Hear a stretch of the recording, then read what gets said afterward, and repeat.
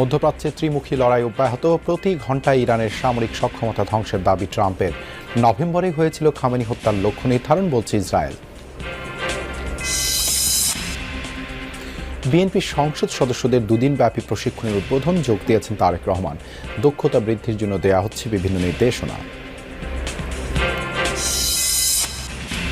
উত্তরা সংলগ্ন কামারপাড়ায় গ্যাস লাইনের pipe leakage থেকে বিস্ফোরণ, নারী শিশুসহ দগ্ধ 10 জনই হাসপাতালে ভর্তি।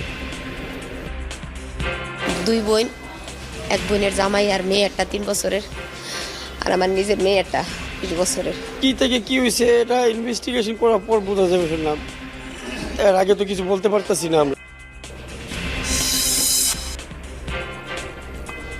ঈদ সামনে রেখে